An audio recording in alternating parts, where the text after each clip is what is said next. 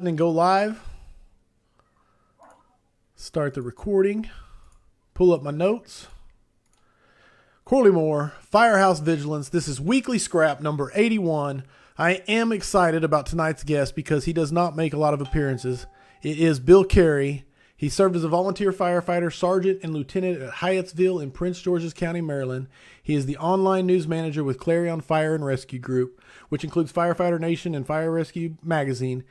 His writings and articles have been featured everywhere you could want to be, and I was exposed to him for his work studying the facts surrounding line of duty deaths. He is considered to be a mentor by people who I consider a mentor. So, Bill Carey, it is my pleasure to have you on today as the guest of Weekly Scrap number 81. Welcome, brother. Thank you. Thank you for the invite. Absolutely. To everyone watching live, if you have questions for Bill or myself, please do not hesitate to throw them in the comment section. I will read them and we will answer them. Did I miss anything in the intro or anything you want to add or clarify? I'm not sure about the whole mentor part, but everything else is all right. Fair enough. Now, usually on the scrap, try to keep it somewhat lighthearted and have a fun conversation. But tonight we get into some heavy lifting because we're going to be discussing line of duty deaths and studying and the data over drama and all that kind of stuff. But I wanted to say that right out the gate, that this is going to be some heavy lifting. But before we jump off into the data, I want to kind of ask you, how did you get started in studying line of duty deaths? How did it become such a passion of yours? It really came without any original intent. My best friend back home, Lane Bynum, and I, we were talking about the line of duty deaths and such, and how they vary. They're everything from like most recently the traditional searching for people and being killed in a collapse to getting sick after attending a meeting. And so his view was like, if we apply the same definitions to other jobs, a farmer would have pretty much the highest number of line of duty deaths as far as that workplace, because the farmer is always on duty from when he gets up to when he goes to bed, whether he's out in the field, whether he's changing weights, whether he's plowing or disking, or whether he's driving in town to the seed company. He's always working. So it got into actually looking at the categories and the subcategories and the numbers, and reading the reports, and then eventually breaking that information down and writing about it, and then from there continue with that, and also matching it up with whenever line of duty death reports were published to see if there's any contrasts or stuff like that. So that's how it started, and it just it's taken off. Absolutely. It's safe to say that you are a subject matter expert on LODDs. I don't know. I wouldn't say that about myself, but I've heard other people say that, or they've said, "Hey, I've asked this question, and so referred me to you," Sure. or organizations and others have come to me and said, "Hey, we can't find this. Can you tell us about this?" Or we've been referred to you by other people. So all I do is read and reread and reread and reread. So I can't say I'm an expert at that. I just read and write about it. That's a very humble answer, but I take your point. So you write an article at the beginning of each year that basically breaks down the previous year's line of duty deaths for the last few years, at least. Right. Yes. Okay. So go ahead. No, go ahead. You're starting. I didn't want to walk on you.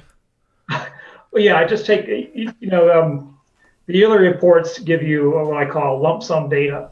And so it's broken down from like the grand total to numbers in various activity types, age range, state, cause of death, nature of death, such like that. And it wasn't until I started really looking at the details and also the definitions and the criteria that even in the subcategories, those numbers are wide.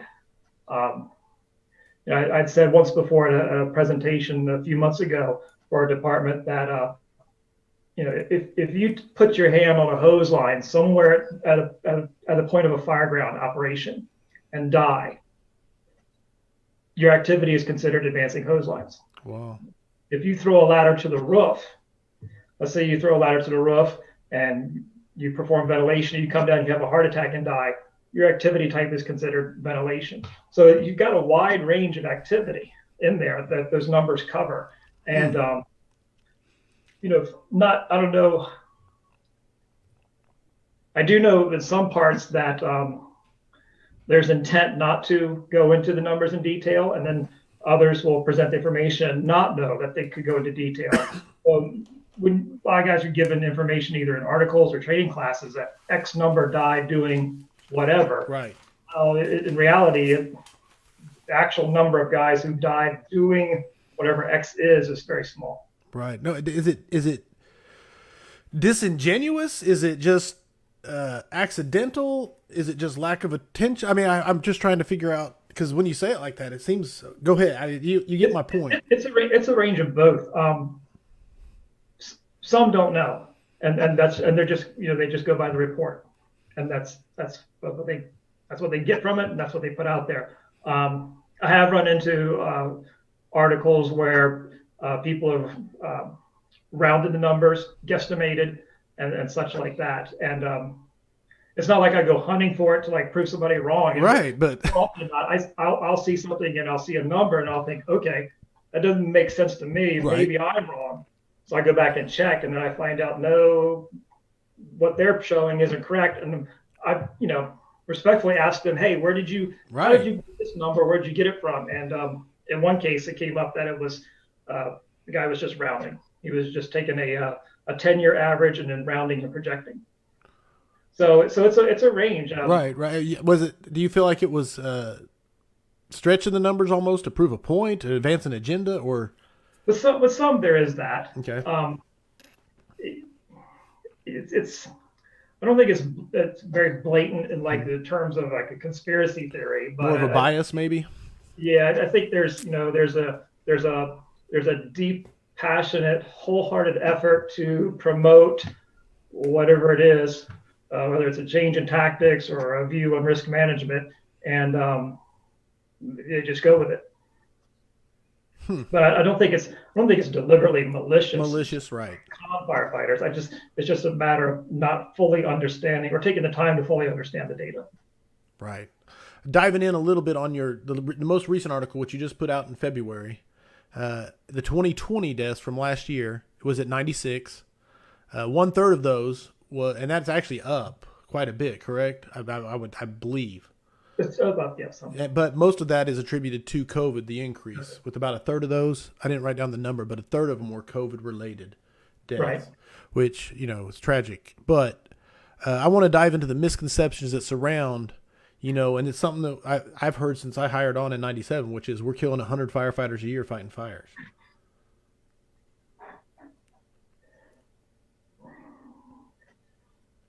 It's dropped. Not necessarily a significant drop, but again, that's one of those things where when you, I always want to say first that when you talk about line of duty death data, you have to preface it with taking emotion out of the conversation. Okay. Because you can't get around it. Somebody somewhere has experienced line of duty death, either directly in the department or somebody, neighboring that they know, so forth. So there's a lot of passion in the discussion. Sure. Everything from changing tactics to health to whatever. There's a lot of passion in there. Passion leads to bias, and bias clouds your understanding. And so when I talk about the data, and when we as a fire service should talk about the data, we're talking about the numbers. And yeah, each number represents a person. But we're talking about the material that is presented to us in training. And so, you have an average of 100 die each year, or it drops to 90 or so forth. Well, as a grand total, that's fine. I don't mean to be flippant, but I mean, what was the big reduction? Sure. 2017, we had out of 93, we only had one firefighter that year killed inside a burning building. That's huge. Yeah. Now it wasn't promoted or recognized as the was it 2019, which had the total low being significant. and which many others had mentioned to be like a historic milestone. That year there were more who died inside burning buildings, but 2017 only one guy inside of a burning building. So just think of the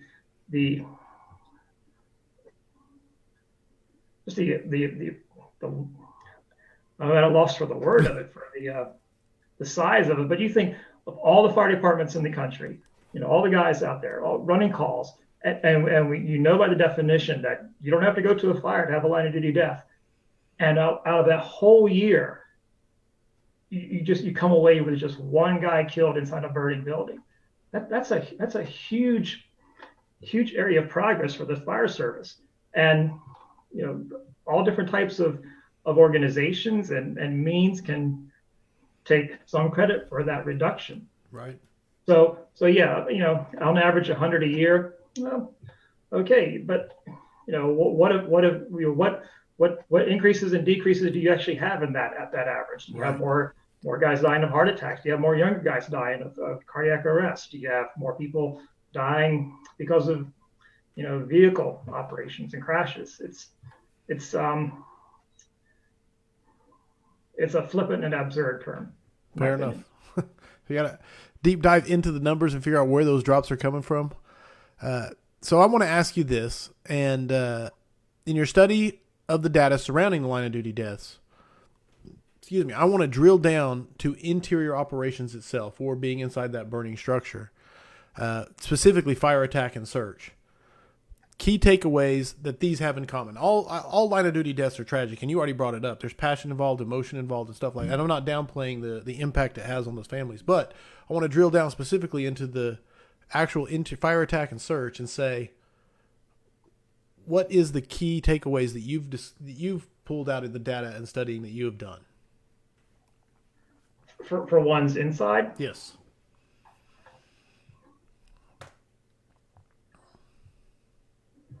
Disorientation is still like a problem. Communication is a huge problem for communication, and then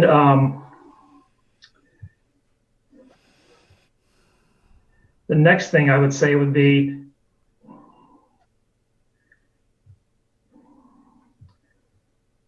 floor collapse. Burns are down significantly over the years. We don't have that many anymore.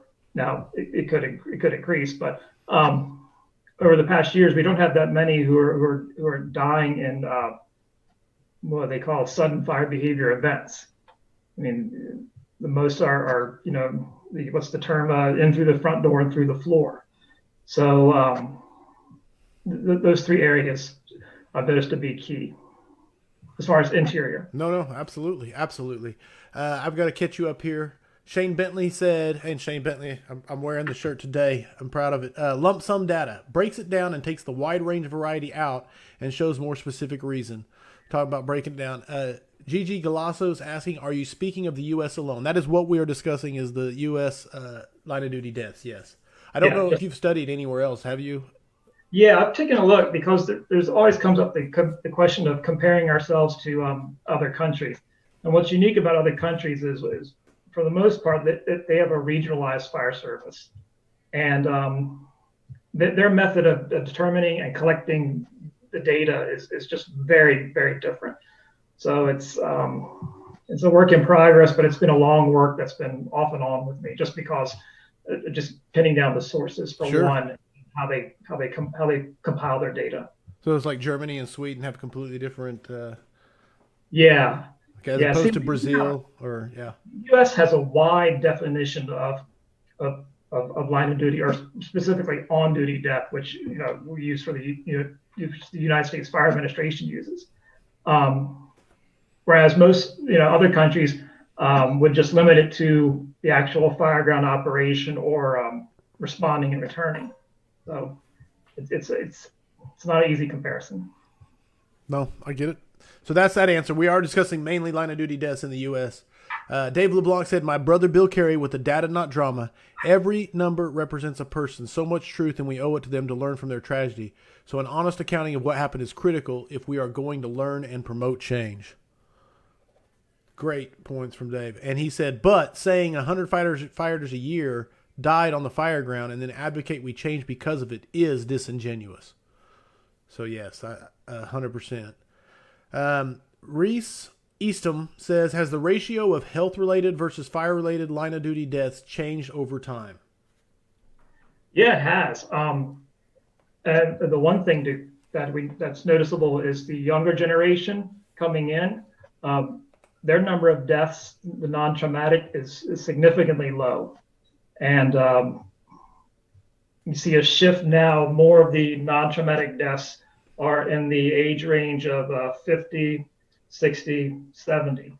And so I think, looking at this over the years, I think as long as the younger firefighters coming in healthy with already ingrained, good health and fitness behaviors, carry them through into their career, whether it's their time as a volunteer or whether their career as a paid firefighter. Right. If they continue with that, then the fire service as a whole will see a shift in the age drop as far as health. Absolutely. Nick Papard chimed in and said, I love the push for following the actual facts, not just anecdotal beliefs. Keep pushing the data, brother. 100%. Put a like on it. All right. Where's my notes? Pulling them up. I wanted to ask you this, okay? So you have a magic wand and you have unlimited funds. What is Bill Carey going to implement tomorrow at my fire department after studying all the data and ignoring all the drama? Mandatory annual health and fitness checks and screening. Now, in one year's worth of data and a review, I married a NIOSH report from a non-traumatic death to the announcement, and this was I think 2019. We still have fire departments out there where if you're walking, talking, and upright and can drive, you can be a member. Mm-hmm. And, I remarked one time that I think my daughter participating in school sports and other activities had to go and get more doctor clearances than some fire departments do. No. And so for some it's a budget problem, and for others it's a pride problem, but yeah, if in that scenario I had unlimited funding, then it would be making sure that the people coming through the door are healthy and stay healthy. And I mean, you just mentioned budget problems and pride problems, but what when you look at the data of the people who are dying of heart attack, cardiovascular, I don't want to disparage anything. It's like I said, it's a tough conversation, but what is the obstacles that are keeping when you got people screaming that vertical ventilation is so dangerous, we have to change our operating tactics, but yet you can look at the line of duty death reports and see these non-traumatic events and lack of health contributing. What do you think is the major obstacle involved in this? Well, what we've seen in reactions to calls for stuff like that. On the volunteer side, it's fearful of reducing your staffing and eventually closing up your house. On the career side, and this is a little bit more understandable, or I think would require some finesse. It's what do you do with pre-existing conditions?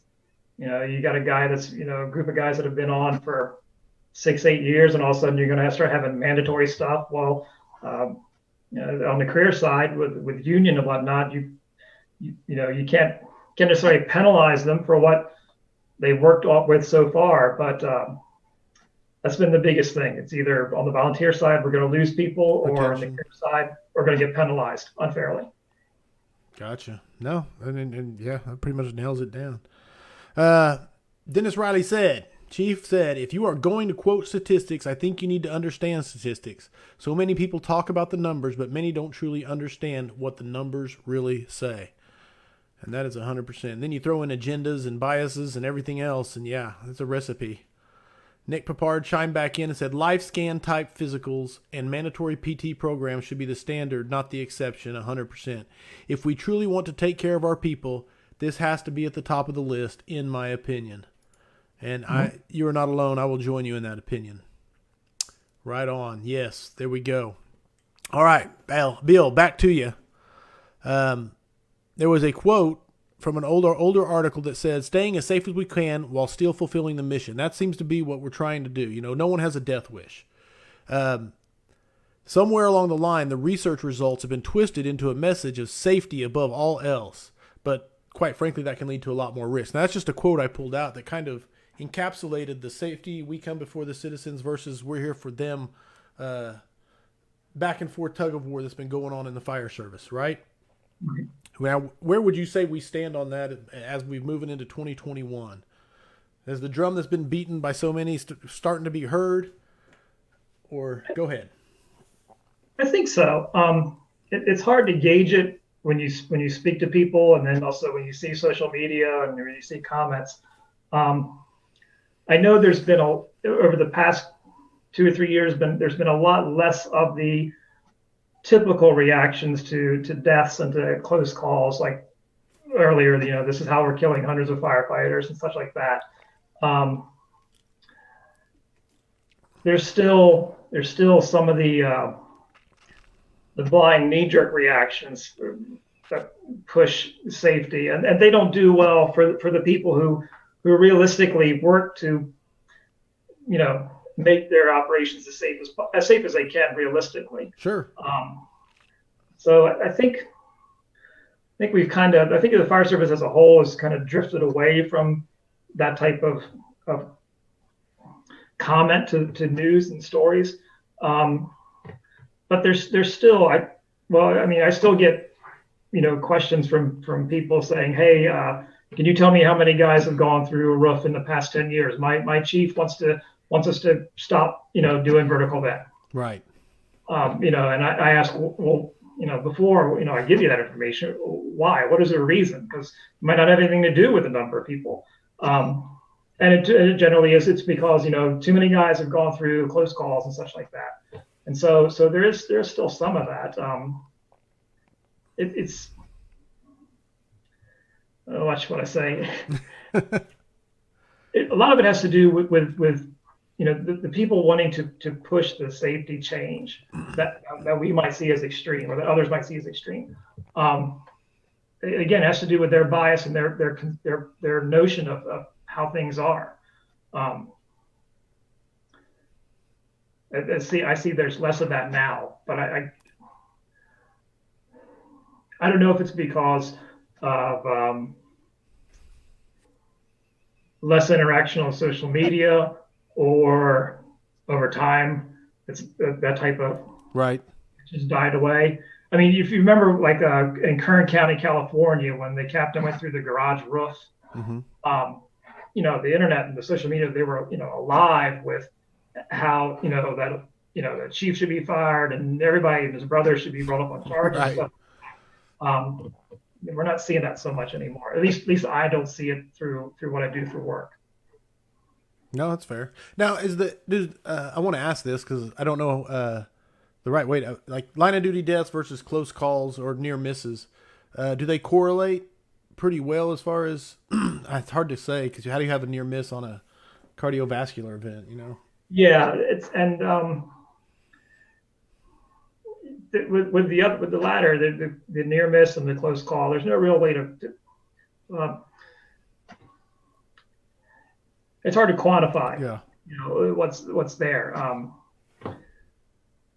So to try to put something up that can be so widely interpreted based upon either first, second, third hand accounts, sure, or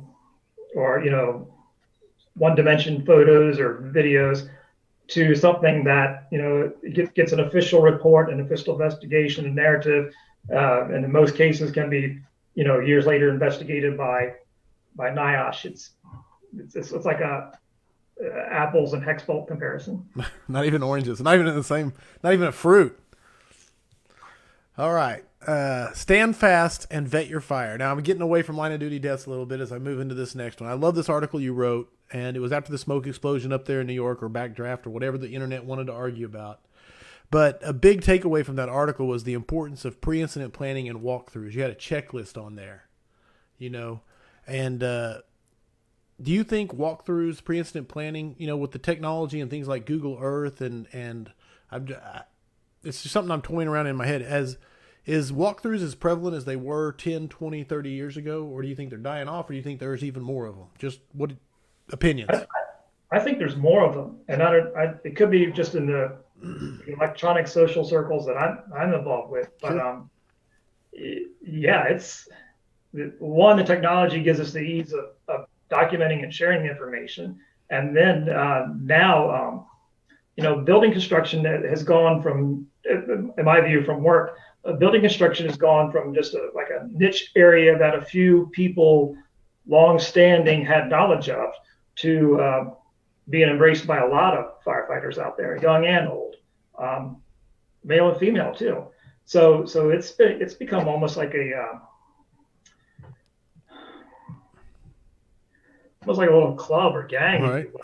People just hey, we went through this building and we solved this and that, and here's photos and here's that, and then somebody else will say, hey, yeah, we had this down the street from our place, and we have this over here, or the opposite of that would be, no, we don't have this type of roof, we have this type of roof, and it's so forth. So yeah, it's become more prevalent, and one, just out of necessity of recognizing the need and the reason behind it, but then also just the communication, even electronic communication, and just sharing that information. Everybody's learning off each other, and in turn, spurring each other on. And then, the people on the periphery of it, they get involved too, because now they've decided, hey, I want to go through this building, or I want to stop and see this, take a look, and take photos and post them.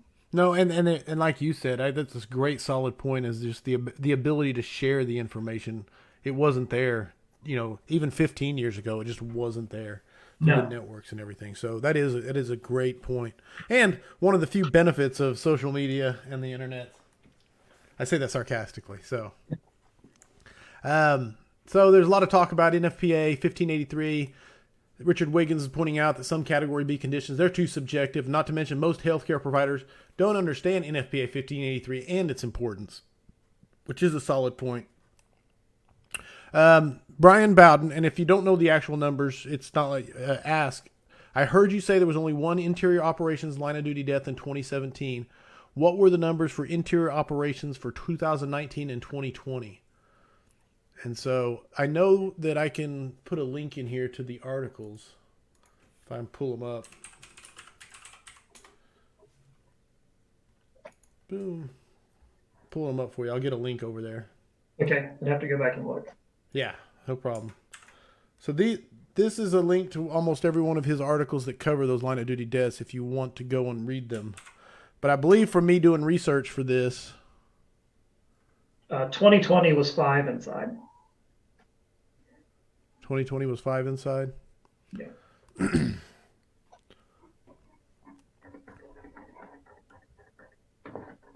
There you go. Unfortunately, when trying to manage, Robert Ramirez chimed in and said, unfortunately, when trying to manage risk or establish policy from a position of fear or lack of experience, some decision makers will turn to line of duty death numbers and weaponize any form of data that will support their position.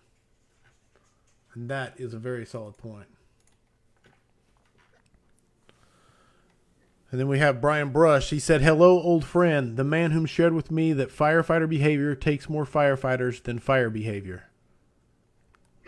I like that. In fact, I will like that. All right.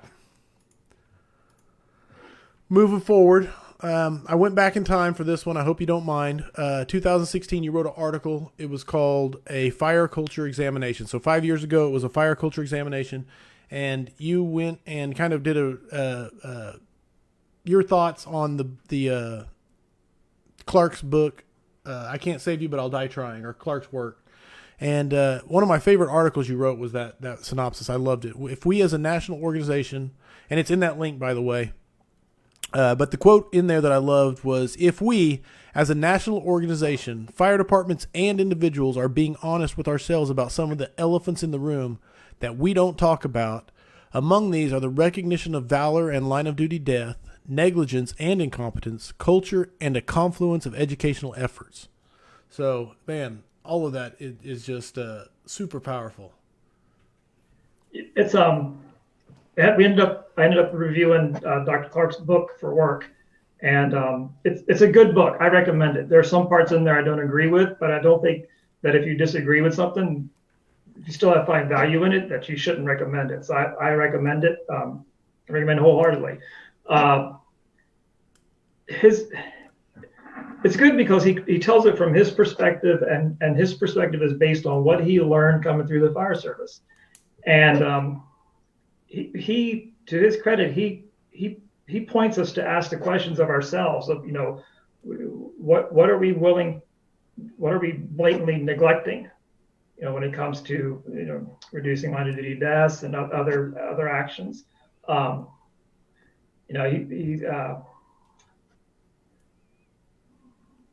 It makes you, for me, it takes you back to the idea that, there are elephants in the room that the fire service just doesn't want to mess with. And so I think when there's like no way getting around it with some things in the fire service. It's just a matter of, we're not going to discuss that. We're not going to mess with that. I'm not going to worry about it. No, you even say in there, and I think you were quoting Clark when he says, what level of lie does the fire service accept, consciously or unconsciously, about firefighter behavioral health or safety doctrine? Yeah, it's I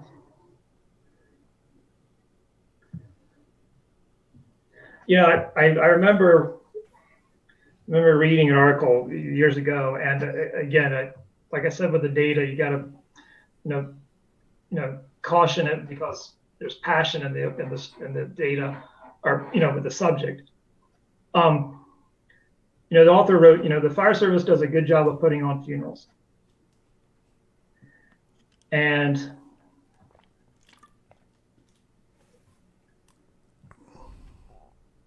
I think for the act of a funeral, we do a good job of it. But I think there's this almost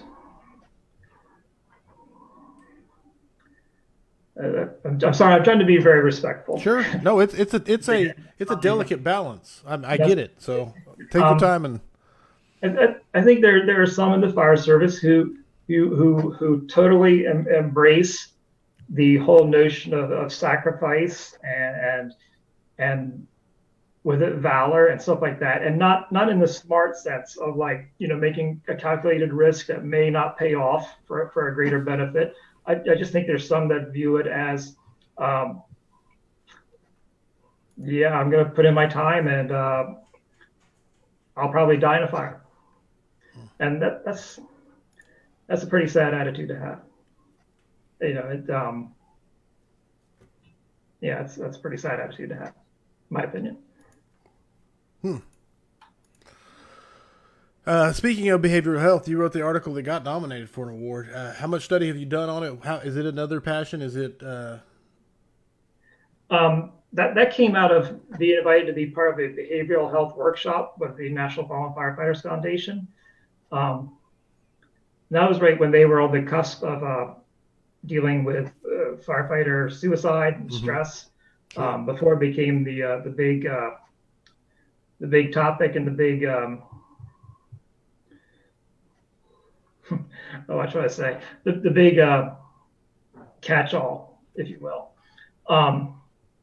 And it was a very good approach to how can we address this problem in the fire service, and they based it off of the military, particularly the Navy, right? Who was also at the time the Navy and the Army, along with the Marine Corps, doing their own work to combat stress in their ranks. One of the leading doctrines from it was out of the Marine Corps, dealing with combat stress. And so their view was that, the fire service and stoicism may not actually react well with traditional counseling methods, but if we bring in something that works in another paramilitary organization, then tailor a little bit to the fire service, and it probably can work on members of the fire service. And so those articles were about that workshop and about the developments in there, and it's got a good mission. It's got a good purpose. I liked how, when we were involved in working it out, that the idea was that if you get guys to care about each other in the sense of, checking up and making sure that we're all okay, Right. Then that gives you a more holistic approach to making sure we're all okay in other areas too. If I'm cared about your emotional well-being, whether or not you seem troubled or stressed or something like that, then I'm also going to be concerned probably about, have you been to the doc? Sure. Hey, I noticed the last couple of shifts you're eating junk, Right. not working out, things like that. So it's a good approach. Over time now, there's been several others who have used different methods and different approaches and other things too. That if it works in their area, then that's good. That works for them. Right on. That article was definitely more the tip of the spear as far as addressing it, so, yes. So I like to always ask if my guest has book or books that they think that firefighters should be reading. So with the stuff you sent ahead of this, I took a look at a lot of different books that I've read and others, and at first I didn't want to actually recommend a book. I wanted to say, what you should read is you should read your map book or something like that. Okay. But I'm just different with some things, and you can read everything you want about Navy SEALs and leadership and stuff like that. And if it works for you, that's great. And if you can recommend others too, that's good. But for this program, what can I recommend for the fire service that would have a good lessons insight into it? I think it would be Mark Bowden's book, Black Hawk Down. Ooh, I like it. I don't know. More people probably seen the movie than read the book, and then probably even less people have read his series in the Philadelphia Inquirer when he was first writing about it. But if you ever want to read a book about the military that mirrors the fire service and everything in the fire service, from duty, mission, sacrifice, to all the errors, leaving things behind, forgetting things, conflicting rules of engagement, strife among intercompany units, poor intelligence, half-well missions. That's a good book,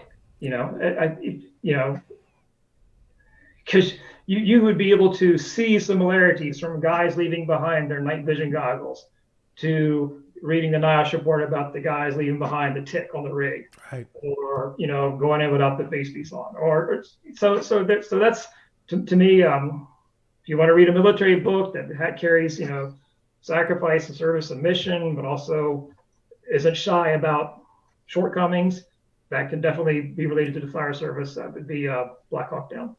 Absolutely. I love it. All right. Now, we have a thing we do every time on the weekly scrap, and it is the 5 questions for firefighters. The answers are completely up to you in your opinion. And so the points are assigned by me, and they're completely arbitrary. So, Bill Carey, are you ready for the 5 questions for firefighters? Yeah, I expect so. All right, let's do this. Number 1. What is the number one issue facing the modern fire service? I couldn't come up with just one. That's fair. The number one issue. Well, it's a bunch of things. One is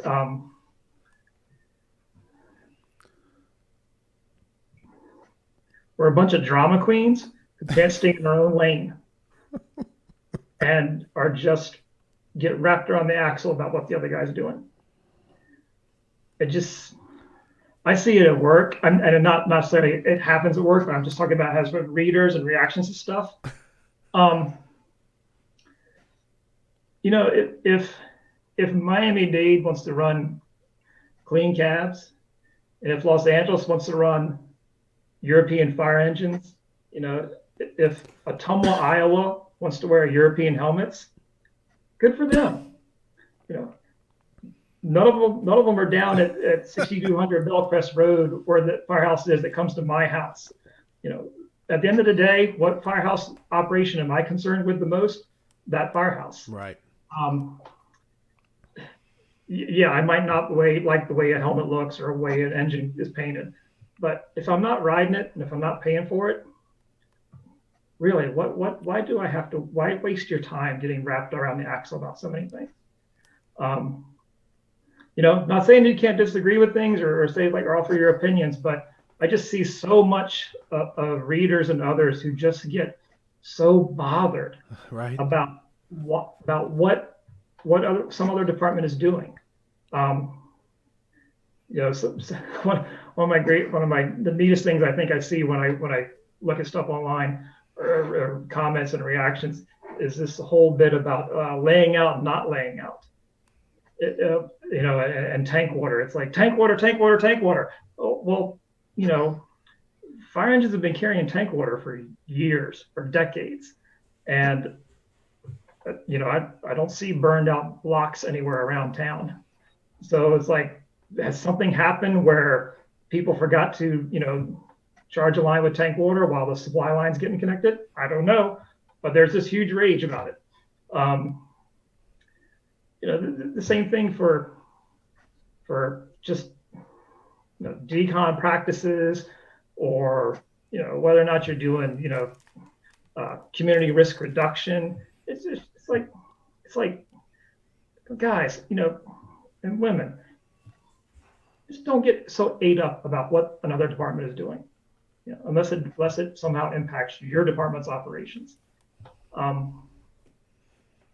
We'd all be a lot more less stressed. I mean, you want to talk about, you know, stress and stuff like that. We'd be all a lot less worked up if we just said, "Oh, that's how they're doing it. Okay, carry on." Right. I love it. I will give you max points, and I'll tell you why. You use the term that firefighters are a bunch of drama queens, and so that got max points. Well, right no, I'm not going to say I'm going to walk it back like it's a political statement, but I'm just saying it's. Maybe it's my line of work, so what I see and you see it, you're exposed to it a lot. No, it's everywhere. There, you nailed that. But it's just the anonymity of the internet just magnifies it. And yes, here we go. Dustin Martinez says the biggest problem in today's fire service. I have to read this one because it's really good. The biggest problem in today's fire service is there's a perfectly good cowboy hat in the frame, and Bill Carey ain't wearing it. So. Dave LeBlanc said, "You do you." That's a quote from Bill Carey. And then Brian Bowden said, "Social media can be so beneficial, but can also be one of our biggest enemies within ourselves in the fire service." No, I disagree with that. All right, go. Okay, that's the thing. We can't blame the technology. Okay, I mean, if there's problems with it, blame the user. We can't blame the technology, because that's the knee-jerk reaction to everything that goes wrong. You know, if there's a helmet cam video and then people complain about it, well, then the video gets pulled. You know, we see the thing. You know, what is the latest thing? You know, death by PowerPoint. Mm-hmm. Well, everybody uses PowerPoint. Okay, it's just how they use it, what they create, and how they present it. So it's not the technology; it's the user. I like it. I will agree with that. So. People can be so beneficial, but can also be one of our biggest enemies within ourselves in the fire service. There. All right. David Pruitt said, learn why they are doing it instead of worrying about it. May not work or be applicable for my district, but give me a department that knows why they are doing what they are doing, and that's a solid house. That's a very good point, Mr. Pruitt. Yeah. All right. Sorry, you get me sidetracked, everybody, with the 5 questions here. We got Bill Carey on the hot seat. Number 2. Get my notes up, even though I pretty much have them memorized. What is the thing you are most excited about for the future of firefighting? Most excited. Well, to date, it's getting back to shows. Yeah. Yeah, we're looking for that. I'm most excited for how we're beginning to embrace data, and not just line of duty death data, but like the work that Brian Brush is doing, rescue data. Yes. The people who've gone years before us, especially on the community risk reduction side and prevention side, with their data. Yeah, we're a unique service that is traditionally thought of as blue collar. Right. We're learning how to accept and use properly, the white collar side of our work, and that's the data part. And that's huge. That's hugely important to departments nowadays. And I think it's being embraced by the younger firefighters coming in as well. Whereas as they become company officers and chief officers, using it, getting it, understanding it will be so second nature to them that it'll definitely have a positive impact on their department's future planning and operations.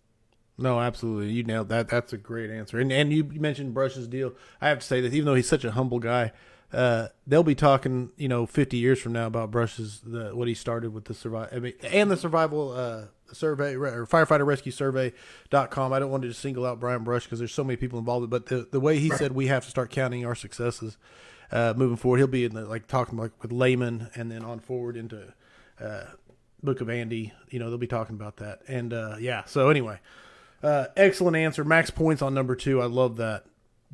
Number 3, best ranked position to be in the fire service. I'd have to say like a company officer level, like a lieutenant. I only did sergeant and lieutenant, so I have definitely no way to speak about any chief officer experience. But I've seen others and friends and everything that progressed through, and I think it's the best area because you're still learning and teaching both operationally and administratively. I think once you get above captain and above, you're taking on more administrative work, managing the house and such like that. At the lieutenant, sergeant level, or the technician level, what have you, like around here, you've got your hand on both, the person above you, your peers, and the people coming up behind you to influence. Oh. I think that's the best area. I like to say, leave the department better than you found it. So you've got a good area there to influence many people at that rank. 100%. No, and I don't know if you did your research or not, but there's only one correct answer to that gets max points, and it is the company officer. So just so you know, it's a very big sticking point for me because I pass out the points. Okay. No, other people have gotten max points, but they usually have to have a really good explanation for why they choose something besides company officer. Okay. So anyway, that's the gimme one. If you want max points, you say company officer. But all right, sorry. Onward and forward. Question number 4 coming at you, which is the best advice you have ever received. Don't you like these always, evers, and nevers? Yeah. That ranges from don't touch that fence to smell that before you eat it. The best advice. You do you. And Dave credits me with that, but that actually comes from a coworker from way back in the Firehouse Rescue Magazine days, Aaron Northrup. I remember it in a meeting, and there was some, back and forth about like that, and Aaron was just like, "Hey, you do you." And solid and quoted by Dave. I'll get it right eventually. All right, solid. All right, number 5. You're almost in the clear. Number 5. You have heavy fire and searchable space. Would you rather be assigned to the nozzle or first in on VES? Nozzle. No hesitation, right to the nozzle. Everybody loves the engine. I can't knock it. That's it. There you go. 5 questions for firefighters, according to Bill Carey. Excellent work, sir. And $1 will buy you a cup of coffee at Dunkin'. I was going to say, perfect. Brother, that was fun. Oh, good. What's the best place to contact you, reach out, get information, anything you have coming up, anything you want to talk about? Go for it. Contact me. I would imagine Facebook, or you can reach me through Bobby or anybody at work. What have I got coming up? I work a lot, so everything on the site, as far as the subject, line of duty death data, we're looking at like there's me and other people looking at training deaths, our data with training deaths. Looking at there's an article in the works about how do we become so scared of the roof, and then doing a comparison as far as was mentioned before, the U.S. and other countries, right? And just showing how the differences are and how we look, and then also U.S. Department of labor standards, showing the numbers between those two, and to give you an idea of every year there's always one of those most dangerous job articles that floats around that lists like 10 occupations. Yes. People wig out with firemen's like 12 or something like that. Right. So, explaining, well, this is why. That, and then also a few more, just staying up on the monthly and yearly totals as best as possible. Right. And you plan on doing those every year for the foreseeable future? Yeah. Okay, good. They're excellent summaries. Yeah. Beautiful. Coming up on the Weekly Scrap, we have Chief Shannon Stone, April 1st. He's my April Fool's guest. And then April 9th, Jay Bonifield. Moving on to April 13th will be Dave Mellon, Valor Fire Training, and then John Lovato on April 20th. So it's a stacked up April coming up. It's exciting. As always, I like to show off a coin that was sent to me. And this one comes from Chief Jacob Johnson.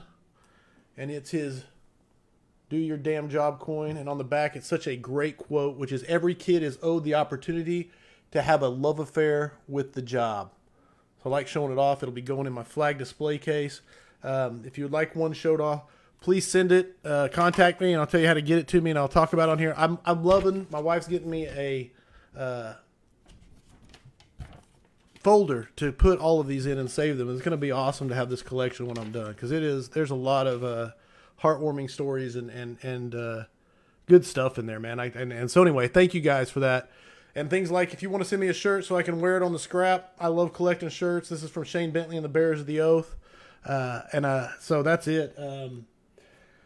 Drop today. I got to show this off here, which is, this is all my bookkeeping stuff. I don't know if it'll even show. Turn off that light. Maybe that'll make it better. Not really. Anyway, it's Honor the Fallen Fire Conference. Can't see it on my phone. I'm sorry. I should have printed it off. June 4th, 5th, and 6th, right here in Moore, Oklahoma. It's the Honor the Fallen Firefighter Conference. Every bit of the proceeds that comes from it is going to the families of the firefighters that died in Waynoka back in January. And so it's underway. We've got Chief Scott Thompson, Chief Dennis Leary, Chief Brian Brush, and just today, one of the guys here, Chief Howard Reinwald, all coming to give lectures and speak. It's going to be amazing. It's going to be hands-on training, 2 days of lectures. Socials, raffles, County Fire Tactics said they're going to give away some passes to some of their conferences. Smoothbore Nozzle sent in swag, and we're still collecting stuff. So anyway, I had to hype that quite a bit. So anyway, that's all my housekeeping stuff.